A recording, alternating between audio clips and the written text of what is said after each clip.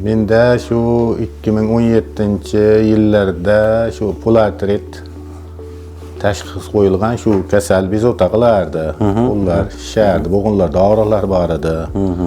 Tizzada. Poliartrit qanday bosqichda edi? Qanaqa holatda edi? Ikkinchi bosqich edi. Ikkinchi bosqich. Ha, tushunarli. Xo'p, qanday harakatlar qildingiz mana shu kasallikdan davo topish uchun? Farg'onada o'zimizda viloyatda Bansada yotdim. Endi xullas mana shu o'zimizda rayonda poliklinikasida borib, doktorim bor, o'sha revmatolog Jo'rayev Soljon aka katta odam edi. O'sha ko'proq yordam o'sha yozib bergan narsalarni ichib, kunlarda davolandim. Xo'p, bu mahsulotni kim tavsiya qildi va sizdagi o'zgarishlar haqida ozgina gapirib bersangiz? Bundan oldin shu doktor Ali nimasiga ham a'zo bo'lib qilganman, endi ancha yillar ham bo'ldim. Keyin buni ham shunday mana o'zimizda ukalarimiz bor, Qobiljon, shular tavsiya qiluvdi endi. Bir ya Xudodan deb endi umid qilib bunga ichishni boshladik. Qaysi mahsulotni qanday dozada iste'mol qildingiz va boshlang'ich etapdagi o'zgarishlar haqida gapirib bersangiz? Mana shu mahsulotni menga tavsiya qilishdi. Juda yaxshi natijalar ko'rdim. Bu kalsiysidan boshida bittadan ichdim bir kunda 3 mahal. Bu mana koenzimmi degandan ham bir donadan ichdim bir kunda. Keyin sekin doktor kelib o'zi 10 kunda yana qo'shdi, shuna bo'lib ko'pdan ichdim. Endi xullas rezultati yaxshi. Necha kunlarda bilindi sizga o'zgarish?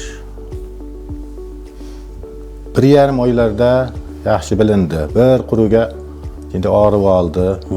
Endi kuchayib. Xullas yaxshi, agar shundan menga o'xshab og'riq shu polartrit bo'lgan insonlar bo'lsa, tavsiya qilsa bo'laverar ekan. Xullas kalsiy yetishmovchiligidan yaxshi nima bo'lib, mana tizzalarda bukilmas, hozir juda yaxshi, namozlarga o'tirib turishlar yaxshi bo'lib qoldi. Endi jinday pastlarda qoldi hozir. Endi pastlarda jinday bor, bu ham ajib emas, xudo xolasa tuzalib ketar. Qo'llarda shishlar bor edi, mana bo'g'inlarda qattiq shishib ketar, qo'llar sal qiyshayib, pishishni boshlagan edi.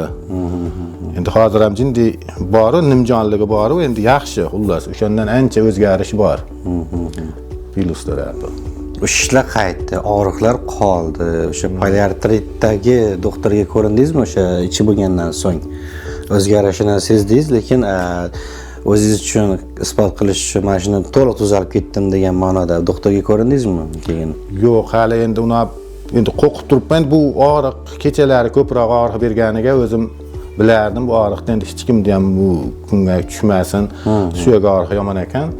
Hali uyqu olmaydi. O'shanga hali yana ham bir tuzukroq bo'lib olayin, keyin ko'rsatay degan holda hali oldindan bir nima qilishni xohlaganim yo'q.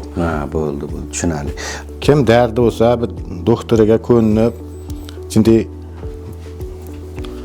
tafsilotini olib turib ichsa yaxshi narsa ekan. Xullas odamning organizmiga yoqaveradigan narsa ekan.